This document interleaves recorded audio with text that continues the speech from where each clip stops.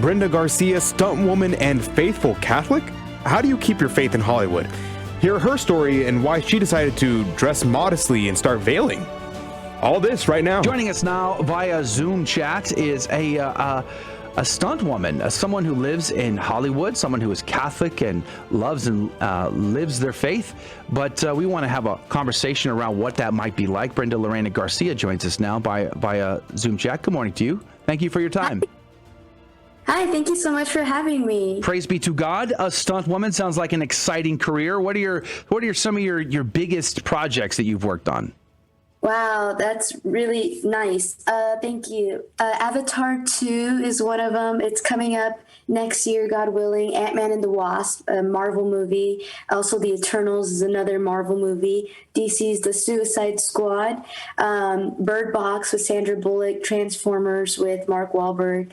Baywatch with Dwayne "The Rock" Johnson, Zac Efron, a number of blockbusters. I've been blessed by God in that way. Wow, praise be to God. And did you always wanted to be a stunt woman? How did you find yourself in this position? That's also a good question. The funny thing is, like, I always felt I wanted to be like an action person. I didn't know that stunts itself was its own category. And so, because it's so seamless, so I thought, oh, they're all action actors. So what I thought I wanted to be was an action actor, which is basically kind of the same. We do action acting, but stunt doubles also have that part of their job where we can be kind of a little more hidden and double for the actors, which is also an awesome component of the job itself. You know, when I was younger, I watched a movie with Burt Reynolds. And the actor who played in Airwolf, whose name is Jansen, I can't remember his name. They played two stuntmen in this movie, and the big stunt was jumping a car over a ravine, and it was like a big moment. What was the biggest stunt you've ever done in your career? Most dangerous stunt you've ever done in your career? Thank you. By the way, that might be someone I know who did that stunt. But oh, really? But how cool? Yeah.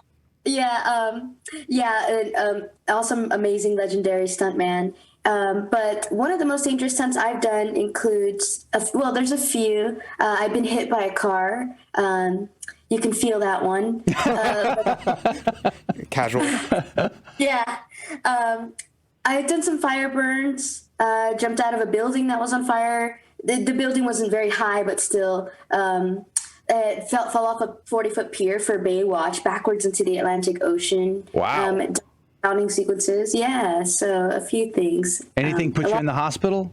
See, I have a macabre sense of humor, I guess. Anything put you in the hospital? That's a good question, because a lot of people, well, hopefully not too many, but some people have had to go to the hospital. But thankfully, none that have actually taken me directly to the hospital, thankfully. Well, praise be to God for that. Let's talk about I do have guardian angels, and I also make the joke that my guardian angel has a stunt double. Let's talk about your Catholic faith. Were you raised Catholic? I was born and raised Catholic. Very thankful for that. And always faithful and plugged into the Catholic Church, or do you wander like a lot of us Catholics do? Exactly what I was going to follow up with. I did wander a little, but I never left the faith. I never uncatholicized myself, if that's even a word. And well, it is now. You've said it, so now it is. Right? Okay.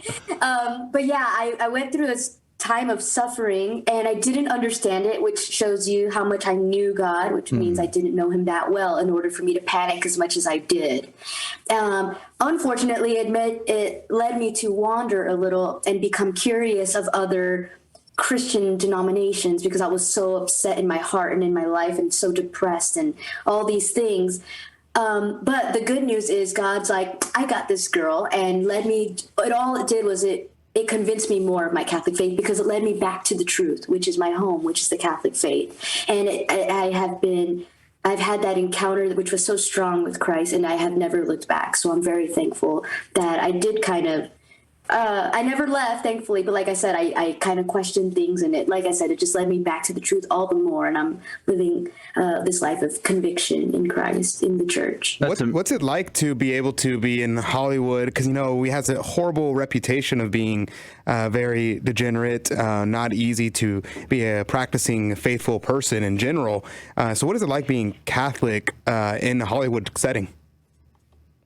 Yeah, at first, after this encounter that I just described, before the encounter, I was actually afraid, I should say. Before this encounter with Christ, this reversion or whatever it might be called, I was afraid to be a Catholic in Hollywood. I was afraid, oh my goodness, like I'm not going to be offered that many roles. And if I am offered that many roles, I'm not going to be able to take them because I'm afraid I'm going to lose more opportunities. I was so holding on to things that are ephemeral, things that don't, that I shouldn't be concerned about. Now, yes, work is something to concern, but never in a way that should compromise you. You should never be concerned if you're going to compromise your faith. And so after this new encounter with the Lord, the Lord gave me the grace to not fear these things of losing work or being who I am, which is Catholic. And so now I live my life boldly, unafraid of being Catholic. And now most of my surroundings of people in Hollywood know that I actually attend daily mass. And I'm unafraid to say I have no reason to be afraid of that. So I'm very thankful for that grace. Praise be to God. I've seen, was following your Instagram and your Twitter, and it's this constant, it's so nice to see your tweets, all these quotes from the saints, from the Summa, and then your photos of working out in very modest clothing. And I'm like, wow, this is great. And you showing images of you in your veil. And it's so inspiring to a lot of young people, especially young women who feel afraid to start veiling or afraid to dress modestly when they're doing those kind of things. We're about to go to a break. You're publicly sharing your faith in your social feeds. You seem not afraid to be who you are sincerely and express your love for God and for the Catholic Church. Not afraid of how that might impact your work. Do you ever get pushback on the set? Does anybody come talk to you about the things that you do and say? I feel like when I was weaker before this encounter with Christ, I would get pushed back like that. And that just shows how afraid I was before this encounter. But after this encounter, I think at least speaking for myself, I think I noticed this grace of that conviction that I mentioned. And I feel like this conviction kind of gives off this feeling to people that she knows who she is. And I can only know who I am in the truth through the Holy Spirit. And I do have that confidence in God. So that kind of, I feel like I've noticed it pushes people back a little bit and kind of doesn't make them pick on me so much anymore. So I'm not afraid all the more. Well, as a stunt woman, you could probably beat them up anyway. So maybe there's that too. What about the modesty thing? That, again, going back to Adrian's point, that is a beautiful witness in a world that is hypersexualized. Do you have any difficulties there? I feel very thankful that because of this conviction that I live with God's grace, I truly try to stand up for what I believe, which is to veil what should be veiled and cover what needs to be covered and live modestly as best as possible. And how? Well, through your example, not only with what you wear, but how you present yourself, how do you speak of others? All that is in the form of modesty. I do believe that it's so important that with this example of modesty, to wear this love of Christ in an exterior way by veiling what should be veiled, and also in a way that's attractive to other people, by being that warm, inviting person and showing them that you can be beautiful and fashionable and modest at the same time. You don't have to reveal things, and you're still as beautiful as ever. So I think that's important for people to see. Yeah. My sister, actually, whenever she was on Instagram, she was following a friend of mine who does weightlifting, and she would go and do weightlifting in a skirt, and she would dress very modestly. And my little sister was she was like blown away by that, and she decided that she was going to start dressing modestly even when she's doing exercise. Do you ever get people contacting you saying, "Hey, thank you for doing this. It's really inspired me to dress modestly, to act in a different way"? And what about your veiling experience? How did you end up starting to veil? Thank you. Yeah, I actually have had a few people reach out to me on social media saying, hey, I saw your post or something about you wearing modest clothing. Because of that, I was able to find and buy some of my own modest clothing. Really appreciate you for that. And I see that as a positive movement towards something good. And as long as there's some sort of positive impact for the Lord, that's all that matters to me. And my hope is that it becomes a huge impact in the long run for his kingdom. Amen. And as far as veiling goes, funny thing was, not really funny, but you know what I mean. I didn't feel worthy of it at first. There was something strange about it. At first, meaning when I first had this encounter with Christ, this new encounter a few years ago, I wanted to start I wanted to veil. I thought it was the most beautiful, most holy thing. I was just like, I felt it as I am super unworthy to veil. And then with much prayer and much desire, the grace that God gave me through this holy desire, God granted me this grace to have this piece to just wear it. You are sacred is the reason what he told me all people are sacred, but especially women with the ability to give life. For example, this is our feminine genius. And because Christ is our Godhead, those are the two main reasons why I veil. And it's been a beautiful experience ever since. So I've been doing that for several years now too. Thanks be to God. I want to talk about movies and movie projects as Catholics. You know, in my own life as a young adult, I loved all the big Hollywood films and the blood and guts, the gore, the language, the violence, the everything. I would watch those films all the time growing up. I had access to terrible films, apparently. But now, as a mature man, as a father, as a husband, and as a Catholic who's taking his faith seriously and trying to walk the walk, I find myself refraining from watching movies that I used to watch all the time. I find myself refraining from movie projects that are watching movies that where language is excessively used, or violence, or even sex. I try to filter that stuff out as best I can. But I wonder, as a Catholic who gets hired to work on movie projects, do you pick and choose? Do the actors that you don't have to name names. I'm not looking to call people out, but there are famous Hollywood actors who are outwardly they're Catholic. I mean, we know that they're Catholic. They claim Catholic, but they produce movies that I find are like, whoa. I mean, good grief. It's like a fire hose in your face. How does that work as someone who's working in Hollywood as a professional? I honestly wish I had a good answer for that. I'm not sure how that works. I don't know how or why maybe some Catholic people might produce some things that might not seem in line with our faith. However, I do know a number of good Catholics that will refrain from that as much as possible. Like there are a few that I know will no longer do kissing scenes ever again because they're married. And so they never want to go that way with their, or offend their wife or their marriage. So they've taken this radical route, for example, and only want to produce and act in content that is in line with the faith, but it doesn't mean it has to be something like cheesy and something like some sort of gospel message, not to call out anything, but you know what I mean? I do know what you mean, yeah. Yeah, you can still work in an awesome action film, but it can be family friendly or something dramatic or romantic, but it could still be well done, right? And the use of gratuity is long gone, it seems, in Hollywood these days.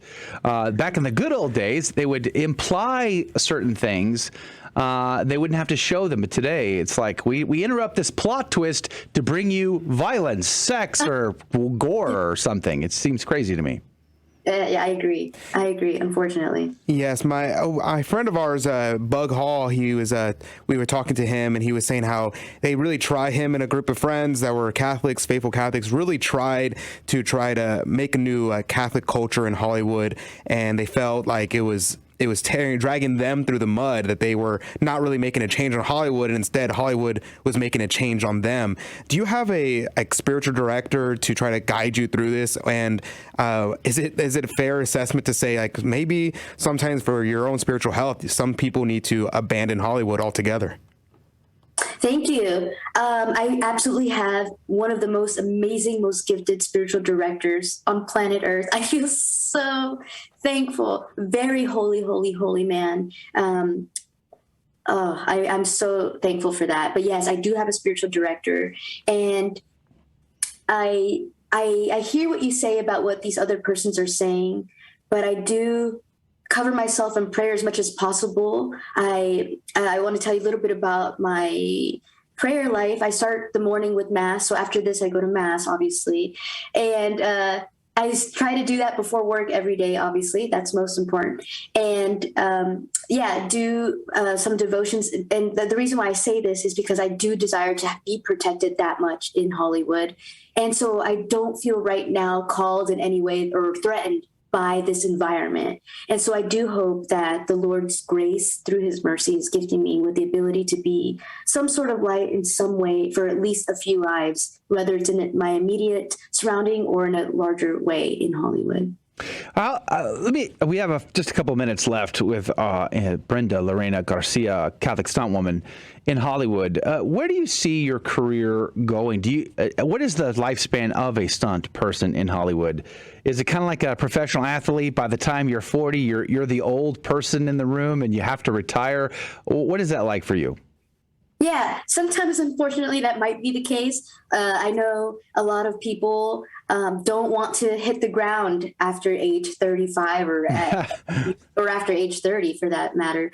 But a lot of the times we, including myself, try to follow a line or direction of stunt coordinating. So I've been training a little bit here and there and getting some stunt coordinating jobs, which is like, the person that's in charge and oversees the stunts, which is something I wanted to do anyway. So that's something where you're not necessarily putting your body in these positions or putting it in harm's way for that matter.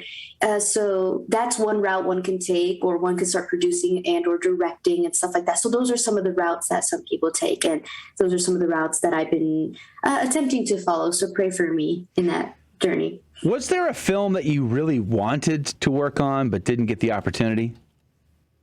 Oh, that's a great question. I just had to turn down another project with Steven Spielberg, and I really do hope it comes back around for me. But yes, that's one of those projects I really wanted to work on, but I wasn't available. I was on a contract for another movie, and I'm still on a project right now in Arizona as we speak. But hey, I'm working for another ginormous name, so I can't complain. But I would love to have, more projects with other like-minded legends like Spielberg and James Cameron, etc. And the project that you're most proud of in Hollywood, what would that be? That's tough.